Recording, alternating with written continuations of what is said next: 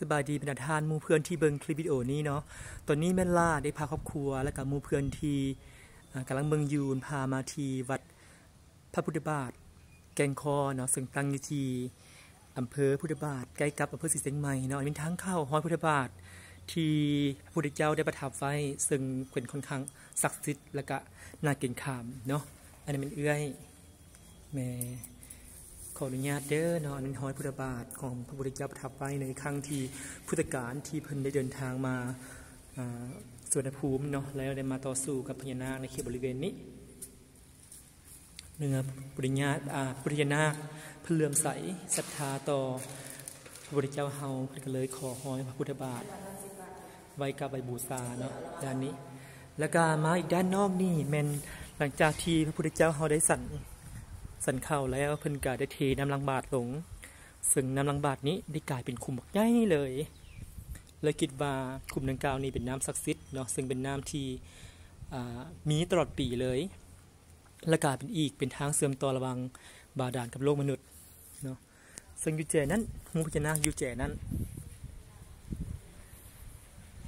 งูพญานาคอยู่แจนั้นแล้วอีกด้านหนึ่งของวัดเนาะอยู่ด้านลุ่มหันมันจะเป็นโพรงถ้ำขนาดใหญ่ซึ่งทางลงไปหาโพรงถ้ำที่เชื่อว่าเป็นบอนหรือหนทางเสื่อมต่อโลกบาดาลอยู่ด้านลุ่มแจคุณเดี๋ยวจะหน่อยเป็นคลิปวิดีโอ EP 2สิบห้าเบิงเนาะซึ่งในสมัยแต่ดึกดำบรรพ์หันแมนเพิ่นเวลาเพิ่นเอาก้อนหินทับลงพื้นนี่จะได้เสียงตึ้งตึ้งซึ่งสันนิษฐานว่าอยู่ด้านลุ่มเป็นโพรงถ้ำอันนี้เป็นห้อยพุทธบาท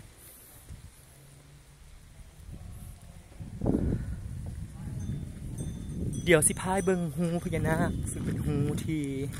ไส้เป็นบอนที่พญานาคเนาะขึ้นมากราบนมัสการห้อยพระพุทธบาทในยามวันศีลซึ่งอิงตามที่ได้ฟังประวัติเนาะเพิ่นว่าเจ้าอาวาสเวลาเพิ่นนั่งจำศีลภาวนาเข้าฐานจะเห็นเราพญานาคขึ้นมาเป็นคู่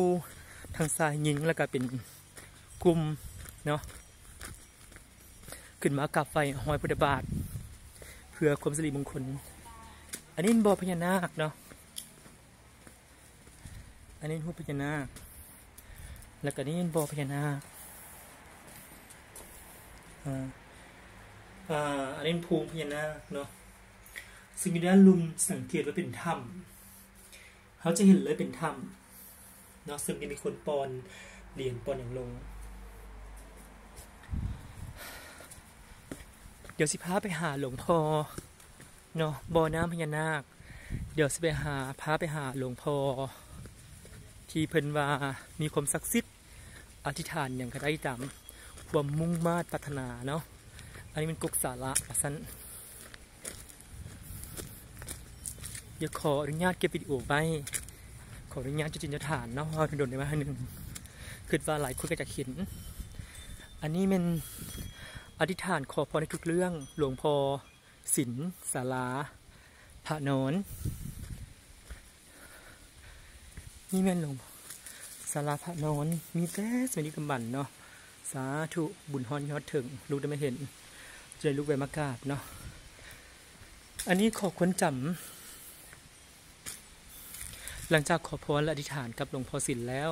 กลับถึงบ้านมันถึงเวลาว่างจะตอนเช้าหรือเย็นค่ำก็ได้จุกมันสวดมนต์นั่งสมาธิกรวดน้ำอุทิศกุศล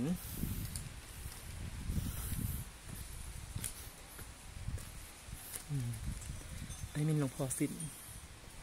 เดี๋ยวจะน้อยลาสิพายเบิงอยู่พวงถ้ำด้านลุ่มเนาะ